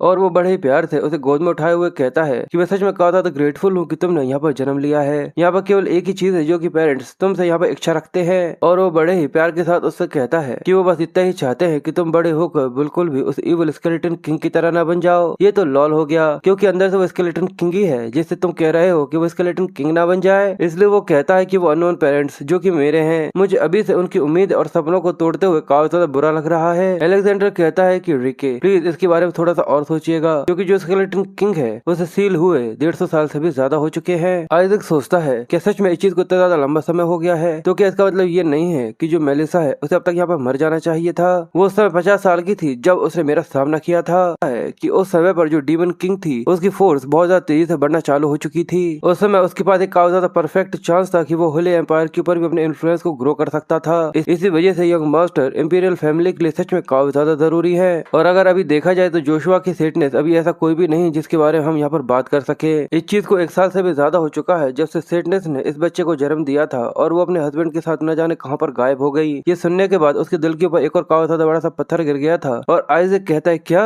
सेटनेस मेरी माँ है। रिलाई कहता है कि आप इसके बारे में ज्यादा मत सोचिए क्योंकि जो मैट्रियार्च है वो भी अभी से स्ट्रॉन्ग नहीं है और जो जोशुआ है वो सच में इतना ज्यादा केपेबल है कि वो एक बच्चे की रक्षा तो कर ही सकता है। और आइजैक काफी ज्यादा परेशान होते हुए कहता है कि ठीक है, अब अगर मैं इसके बारे में सोचूं तो ऐसी कोई भी चीज नहीं जो कि मुझे यहाँ पर सरप्राइज कर सके क्योंकि एक फैक्ट है कि जो सेटनेस है वो मेरी माँ है। मुझे ऐसा लगता है कि जो गेम है वो पूरी तरह खत्म हो चुका है। पर तभी उसके कानों में एक और आवाज आती है कि डैम इट, क्या तुमने ये सुना है कि जो मिस मेलिशिया है वो करेंटली डीमन स्केलेटन किंग के सबऑर्डिनेट्स को हराते हुए यहाँ पर वापस आ रही है और जल्दी ही वो यहाँ पर वापस आ जाएंगी। और जो मैट्रियार्च है वो भी अपने ग्रैंडसन को देखने के लिए सच में काफी डिलाइटफुल है। ये सोचकर वो कहता है कि हे तुम्हें 200 साल से भी ज्यादा हो चुके हैं तो आखिर तुम अभी तक जिंदा कैसे हो। बताया जाता है कि कैरेक्टरिस्टिक्स उसकी काफी ज्यादा लंबी जिंदगी थी और यही सोचकर वो बेचारा बच्चा डिप्रेशन के अंदर जा चुका था। अलेक्जेंडर कहता है कि अभी भी उसे आने में थोड़ा सा समय लगेगा पर ये बच्चा देखने में ऐसा लग रहा है कि काफी ज्यादा परेशान सा है, क्या ये ठीक है। रिलाई कहता है कि हाँ वो जल्द ही ठीक हो जाएगा। पर आइजैक काफी परेशान होते हुए कहता है कि तुम्हें सच में ऐसा लगता है कि मैं काफी अच्छा हो सकता हूँ क्योंकि जो मेरा लॉन्ग लाइफ स्पैन वाला दुश्मन था वो अभी तक जिंदा है। जैसे ही मेलिसा को ये पता चलेगा वो तो मेरा तंदूर बना देगी। और ये सब सोचकर बेचारा स्केलेटन किंग बहुत बुरी तरीके से घबरा रहा था और ये देखना सच में काफी ज्यादा फनी है। और वो कहता है कि बाकी सभी तो ठीक है पर मेलिसा वो एक आखिरी इंसान होगी जिसका मैं सच में यहाँ पर सामना करना चाहूंगा। और इसलिए वो अलेक्जेंडर का हाथ पकड़ लेता है और सोचता है कि अगर मुझे यहाँ पर सर्वाइव करना है, इसलिए वो गागा करते हुए कहता है कि एम्परर इसलिए प्लीज मुझे अपने साथ ले जाइए। ये देखकर अलेक्जेंडर के चेहरे पर एक अलग ही मुस्कुराहट आ गई थी और वो ये देखकर सच में काफी ज्यादा खुश हो गया था। वो कहता है कि सर इस बच्चे को तो देखो, यहाँ तक ये भी चाहता है कि मैं इसको इंपीरियल फैमिली के अंदर लेकर जाऊँ। तो वो कहता है कि नहीं, ये तो बस काफी ज्यादा फ्रेंडली है और कुछ नहीं योर हाइनेस। अलेक्जेंडर कहता है कि ऐसी कई सारी चीजें जो कि इंपीरियल फैमिली इसको यहाँ पे प्रोवाइड कर सकती है। ऑल्सो जो जोशुआ है वो स्पेशलाइज्ड है सेंटनेस की प्रोटेक्शन के लिए, पर उन लोगों को इस चीज का ज्यादा एक्सपीरियंस नहीं है कि आखिर एक सेंट को किस तरीके से रेज करना है। और ये कहकर वो आइजैक को अपनी तरफ खींचना चालू कर चुका था। रिलाई कहता है कि इस बच्चे की किस्मत है कि ये आगे चलकर एक काफी ज्यादा अच्छा डीमन स्लेयर एक्सोसिस्ट बनेगा और केवल जोशुआ फैमिली ही है जो कि एक्सोसिस्ट की ट्रेनिंग के लिए सबसे ज्यादा बेस्ट है। और ये कहकर वो उसको अपनी तरफ खींचने लगा था। और इसके अलावा कि ये हिस्ट्री का फर्स्ट सेंट नहीं है जिसने जन्म लिया है। तो क्या आपको ऐसा नहीं लगता कि इंपीरियल फैमिली के पास भी सच में काफी ज्यादा कम एक्सपीरियंस है एक सेंट को जन्म देने का या फिर उसको पालने का। और ये कहकर उन दोनों के बीच में उसको खींचते हुए लड़ाई चालू हो जाती है कि इंपीरियल फैमिली सच में काफी ज्यादा अच्छी है। तो दूसरा कहता है कि नहीं, जोशुआ फैमिली काफी अच्छी है। और बेचारा बीच में खिंचता हुआ बच्चा वो कहता है कि हे, ये सब बंद करो। बाकी सभी लोग यानी जो बाकी नाइट्स थे वो भी ये देखकर घबराते हुए आगे की तरफ भागते हुए कहते हैं कि प्लीज अब दोनों ही काम हो जाइए, इस तरीके से तो आप यंग मास्टर की जान ले लेंगे। और वो अपने मन में कहता है कि मैं इंपीरियल फैमिली के अंदर जाना चाहता हूँ, तो प्लीज इस सबको रोक दो, मैं बिल्कुल भी मरना नहीं चाहता। और उसे अलेक्जेंडर के पीछे से चमकते हुए वो लाइट दिख रही थी जिसको देखकर वो कहता है कि इसके अलावा वो लाइट जो कि लाइफ को पॉइंट करती है वो लाइट बार बार एम्परर के पीछे से चमक रही है। इसका मतलब तो यही है कि अगर मैं काफी अच्छी जिंदगी जीना चाहता हूँ तो मुझे एम्परर के साथ जाना चाहिए, इसलिए मैं इस चीज को बिल्कुल भी खो नहीं सकता। और ये कहते हुए जो उसकी लाइट होती है वो तेजी से चमकती चली जाती है और वो कहता है तो बताओ कि तुम यहाँ पर कहाँ जाना चाहते हो। पर ये देखकर वो खुद ही काफी ज्यादा कंफ्यूज हो गया था और वो कहता है कि आखिर ये क्या है। और वहाँ पर एक काफी तेज लाइट के साथ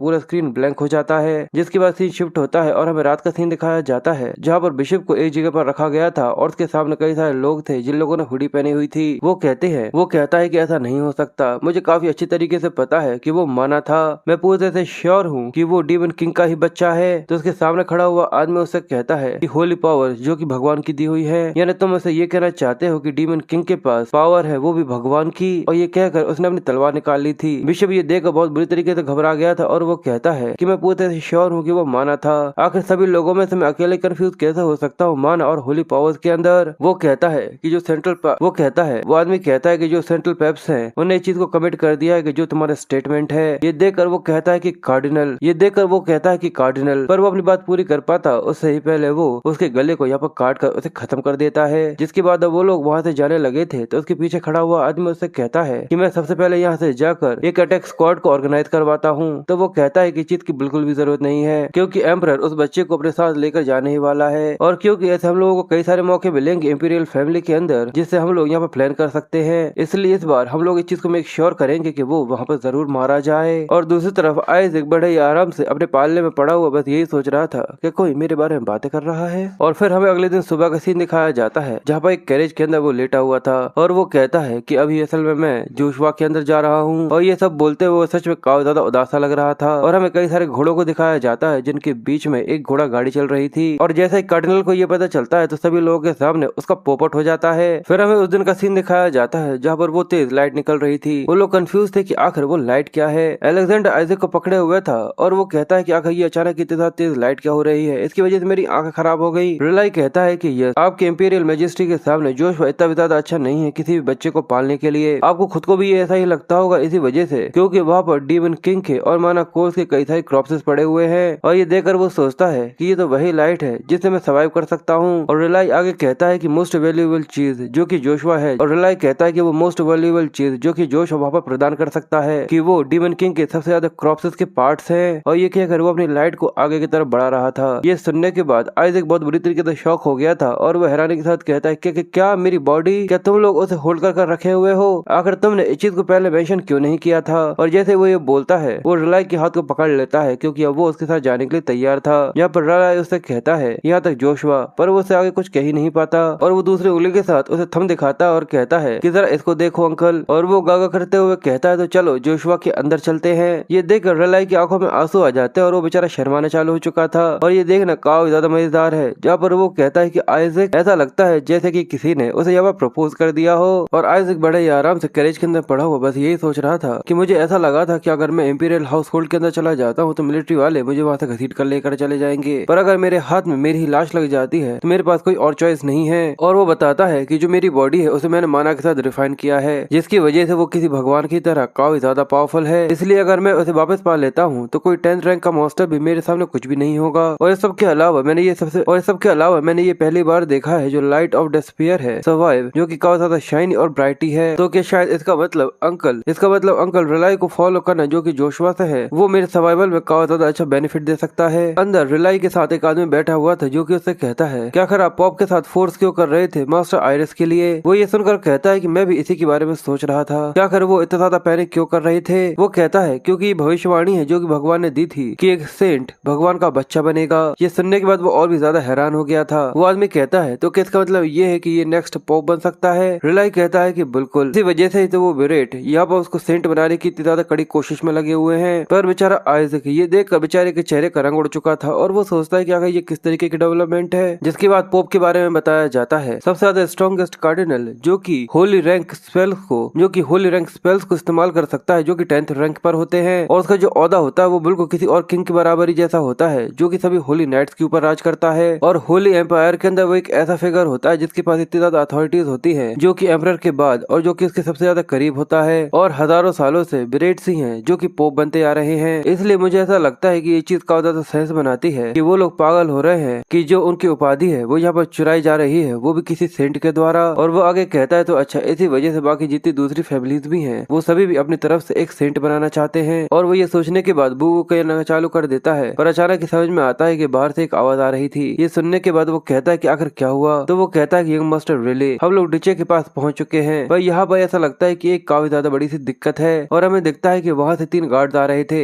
एक गार्ड जो कि उन लोगों को रोकते हुए कहता है कि मुझे माफ करिएगा पर आप लोग डीचे के अंदर नहीं जा सकते। आइजैक ये देखकर सोचता है कि आखिर अब यहाँ पर ये क्या हो गया। और रिलाई काफी गुस्से में चिल्लाते हुए कहता है कि आखिर तुम्हारी हिम्मत भी कैसे हुई? क्या तुम जोशुआ के कोस्ट आर्मी को पहचानते नहीं हो? आखिर किस तरीके की एजुकेशन है जो कि तुम यहाँ पर सीख रहे हो? तो उसके अंदर से एक डार्कनेस निकलना चालू हो जाती है और वो कहता है कि बिल्कुल, तुम यहाँ से बिल्कुल भी कहीं नहीं जा सकते क्योंकि हम लोग उस बच्चे को यहीं पर खत्म कर देंगे जिसके अंदर सिटनेस का ब्लड है। ये कहकर वो तीनों यहाँ पर ट्रांसफॉर्म हो चुके थे और वो सभी डीमंस के अंदर कन्वर्ट हो जाते हैं जिनके अंदर से काफी ज्यादा पर्पल जैसी डार्क एनर्जी निकलना चालू हो गई थी। ये देखकर रिलाई भी थोड़ा सा कंफ्यूज और काफी ज्यादा हैरान सा हो गया था और बाकी सभी लोग भी ये देखकर हैरान थे और कहते हैं कि ये तो डीमन किन है। यहाँ तक आइजैक भी ये देखकर हैरान सा हो गया था और वो सोचता है आखिर ये सब हो क्या रहा है? मैं पूरी तरह से श्योर हूँ कि मैंने रिस्ट्रिक्ट कर दिया था कि कोई भी इंसानी टेरिटोरी में जाकर आखिर ये सब हो क्या रहा है? मैं पूरी तरह से श्योर हूँ कि मैंने रिस्ट्रिक्ट कर दिया था कि कोई भी इंसानी टेरिटोरी के अंदर जाकर उनके ऊपर हमला नहीं करेगा। आखिर एक नया डीमन किंग यहाँ पर ये सब करवा क्या रहा है? और वो जिन सभी का लीडर था वो गुस्से में कहता है कि मेरी बात कान खोलकर सुनो, तुम इंफीरियर।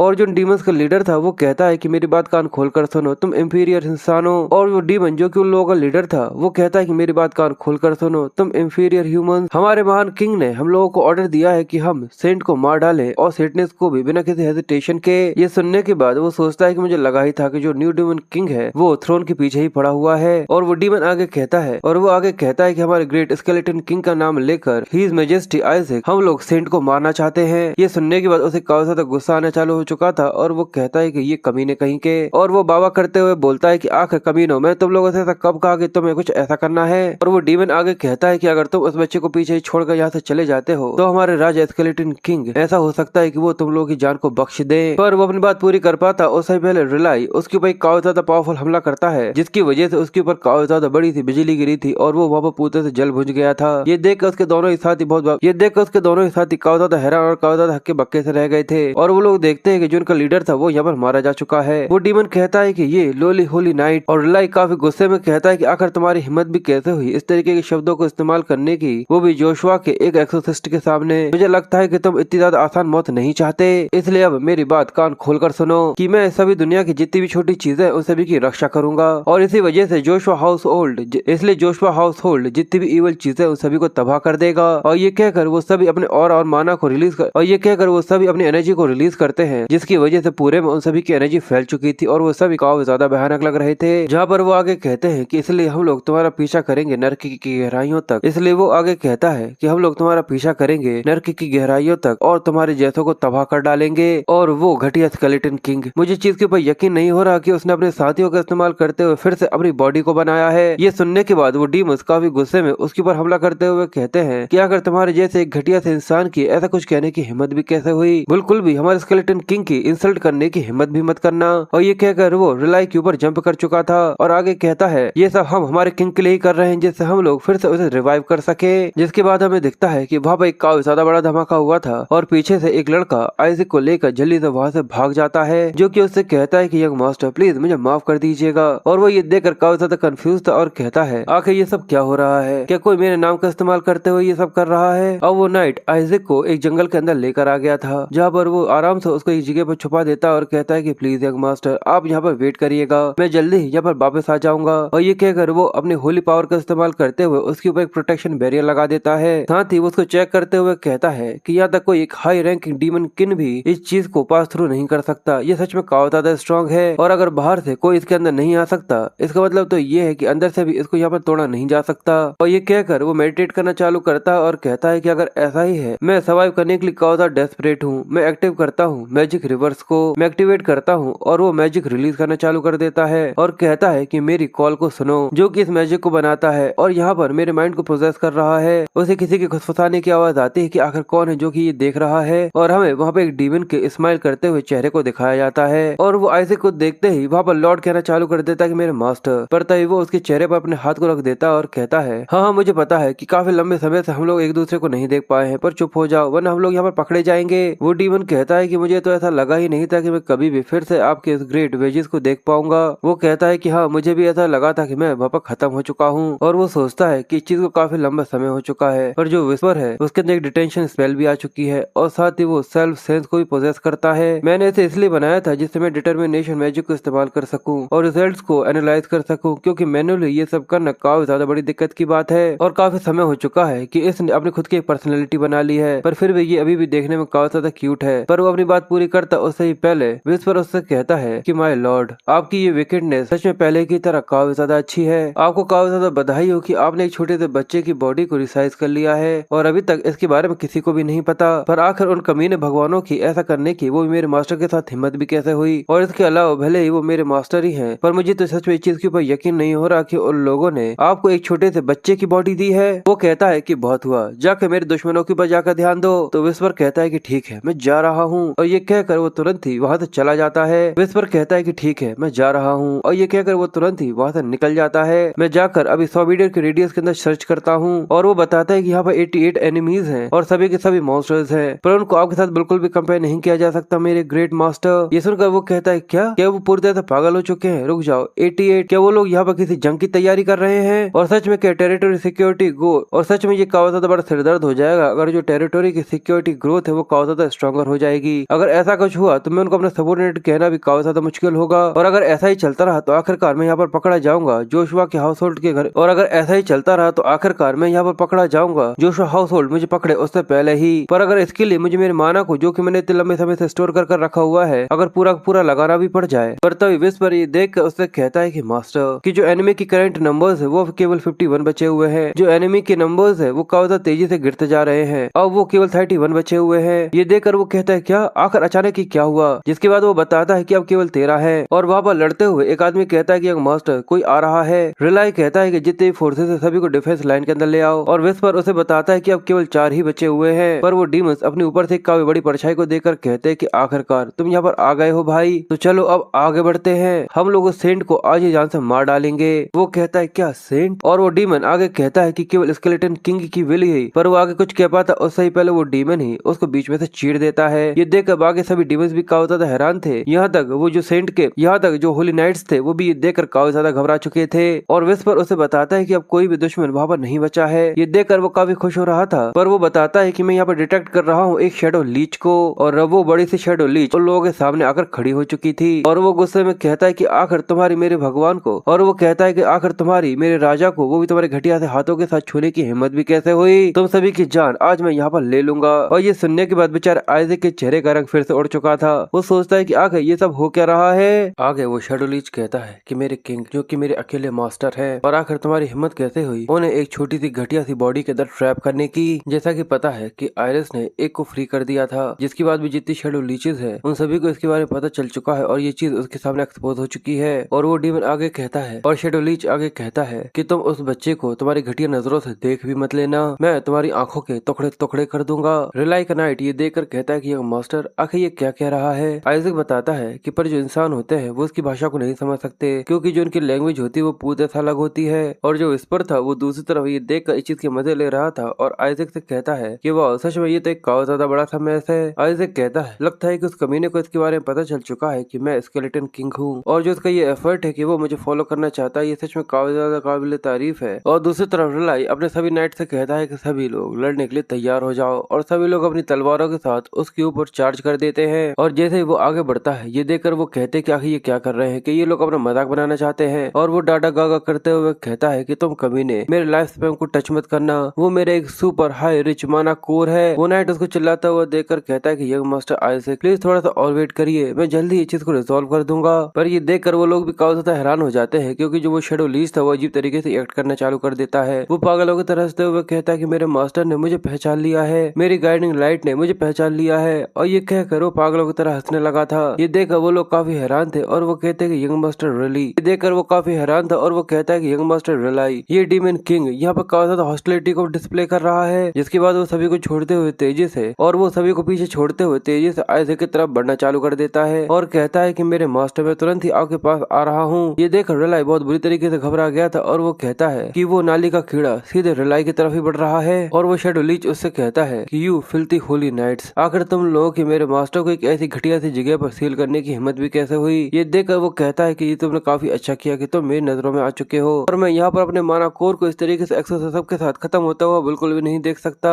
और वो बाबा करते हुए कहता है कि जल्दी आओ और इस प्रोटेक्टिव बैरियर को तबाह कर दो। ये सुनकर वो कहता है कि ठीक है। और जैसे ही वो शेडो लीच अपना हाथ उसके ऊपर दे मारता है वो शेडो बैरियर एक ही बार में चकनाचूर हो गया था। वो होली नाइट ये देखकर काफी हैरान था। वो कहता है कि मास्टर वो बैरियर और रिलाई भी आइजैक के लिए बहुत बुरी तरीके से घबराना चालू कर दिया था। पर जो आइजैक था उसके दिमाग में तो कुछ और ही खिचड़ी पक रही थी। वो ये देखकर काफी ज्यादा खुश होता है और कहता है कि तुमने सच में काफी ज्यादा अच्छा काम किया। जिसके बाद वो शेडो लीच का हाथ पकड़ता है और बाबा करते हुए कहता है कि ठीक है, अब इस तरीके से इधर उधर जाना और बर्बाद करना बंद करो और जाकर कुछ आराम करो। शेडो लीच रोते हुए कंफ्यूज हो रहा था कि आखिर सबका मतलब क्या है। पर अचानक ही वो उसके अंदर एब्जॉर्ब होना चालू हो गया था। ये देखकर वो कहता है कि मेरे मास्टर, और वो अचानक ही फिर से एक टोटम के अंदर बदल जाता है। पर साथ ही वो आइजैक से पूछता है कि आखिर आपने ऐसा क्यों किया। रिलाई ये देखकर हैरान था और कहता है कि सच में। और उसके सामने आइजैक बैठा हुआ था जिसने एक डीमन को यहाँ पर हरा दिया था और उसने डीमन किंग को फिर से टोटम के अंदर कन्वर्ट कर दिया था। जिसके बाद सभी लोग उसके लिए काफी ज्यादा खुश होते हैं और आइजैक को खिलाते हुए कहते हैं इनने अपनी पहली कोशिश के अंदर ही डीमन किंग को एक टोटम के अंदर बदल दिया कि ये सच में काफी ज्यादा इनक्रेडिबल नहीं है। ये एक ऐसा होली स्पेल है जो कि केवल वही इस्तेमाल कर सकते हैं जो कि लगभग इतने ज्यादा पावर हो जैसे कि कोई सेटनेस हो या फिर कोई कार्डिनल जो कि इसको इस्तेमाल कर सकता है। पर आइजैक उनके हाथों पर खेलते हुए कहता है कि भाई ये कोई होली स्पेल नहीं था जिसको मैंने इस्तेमाल किया था। रिलाई दूर से खड़ा होकर ये सब देख रहा था और वो कहता है ये डेफिनेटली एक होली स्पेल था जिसकी वजह से वो एक टोटम के अंदर कन्वर्ट हो गया। पर मैं तो ये सोच रहा हूँ कि ये तो सच में काफी ज्यादा हाई लेवल का होली स्पेल है। ये काफी ज्यादा अजीब सा नहीं है क्योंकि मुझे उसके अंदर से काफी ज्यादा होली स्पेल, पर क्या ये काफी ज्यादा अजीब सा नहीं है क्योंकि मुझे उसके अंदर से जरा से भी होली पावर महसूस नहीं हुई थी। वो नाइट कहता है कि आपको तो पता ही है ये कोई एक ऐसी चीज नहीं है जो कि सही समय पर सामने आती है जैसे कि इमरजेंसी के बीच में। और ये चीज तो आपने भी देखी थी कि वो काफी ज्यादा तेजी से यंग मास्टर की तरफ ही बढ़ रहा था। मैं पूरी तरह से श्योर हूँ कि यहाँ तक जो शेडो लीज था उसे भी इस चीज की वजह से काफी ज्यादा खतरा महसूस हो रहा था, इसलिए वो जल्दी से जाकर इस सोर्स को ही खत्म करना चाहता था। और हमारे यंग मास्टर सच में इतने ज्यादा अच्छे हैं और इतने ज्यादा कमाल के हैं, मैं इस चीज के लिए पूरी तरह से श्योर हूँ। और अब तो मैं इस चीज के लिए एब्सोल्युटली श्योर हूँ कि जो हमारे यंग मास्टर वो एक सेंट है। रिलाई कहता है कि इसने अभी तक जो भी यहाँ पर कहा है उसमें कुछ भी गलत नहीं कहा। यहाँ तक जो डीमन किंग था वो भी बच्चे के ऊपर ही एम कर रहा था और भले ही अगर ये कोई सेंट ना हो पर फिर भी एक चीज तो क्लियर हो चुकी है कि इस बच्चे के अंदर कुछ न कुछ तो है जो कि काफी ज्यादा स्पेशल है। और इसी वजह से वो परेशान होते हुए कहता है तो पर आखिर ये इतना छोटा सा बच्चा ही क्यों है। और क्योंकि स्केलेटन किंग के कर्ज की वजह से जो जोशुआ फैमिली के सन्स हैं, पर तभी उसे एक आवाज आती है कि मैं खुद ही इसे रिजॉल्व कर दूंगा। As a captain of the order of blue मैं आइजैक के फ्यूचर की रक्षा करने के लिए पूरी तरह से तैयार हूँ जिससे ये जोशुआ का फ्यूचर बन सके। रिला ये सुनकर काफी हैरान होता है जिसके बाद उसके चेहरे पर एक मुस्कुराहट आ जाती है और वो कहता है ऐसा लगता है कि सच में मैं काफी ज्यादा बड़ा बेवकूफ था। और वो बच्चे की तरफ हाथ बढ़ाते हुए कहता है कि मैं बस इसी वजह से डर रहा था क्योंकि वो स्केलेटन किंग का एक कर्ज है, पर मैं ये भूल ही गया था कि ये बच्चा जोशुआ फैमिली का नाम आगे बढ़ा सकता है। इसलिए वो उसे अपनी गोद में लिए हुए उससे कहता है तो चलो आइजैक घर चलते हैं, तुम्हारे अंकल ऐसी कई सारी चीजें जो कि तुम्हें सिखाएंगे, तुम्हारे अंदर सच में काफी ज्यादा कमाल का टैलेंट है, इसलिए तुम्हारे बड़े हो जाने के बाद मैं तुम्हें काफी ज्यादा कमाल का होली नाइट बनाऊंगा। ये सुनकर आइजैक बिल्कुल किसी बेबी की तरह ही वहाँ पर रिएक्ट कर रहा था, पर साथ ही वो सोचता है कि बिल्कुल मैं तभी ठीक हूँ अगर मैं तुम लोगों में से एक नहीं बनता हूँ, इसलिए प्लीज बस मुझे मेरी बॉडी दे दो। जैसे ही हम लोग घर पहुँचेंगे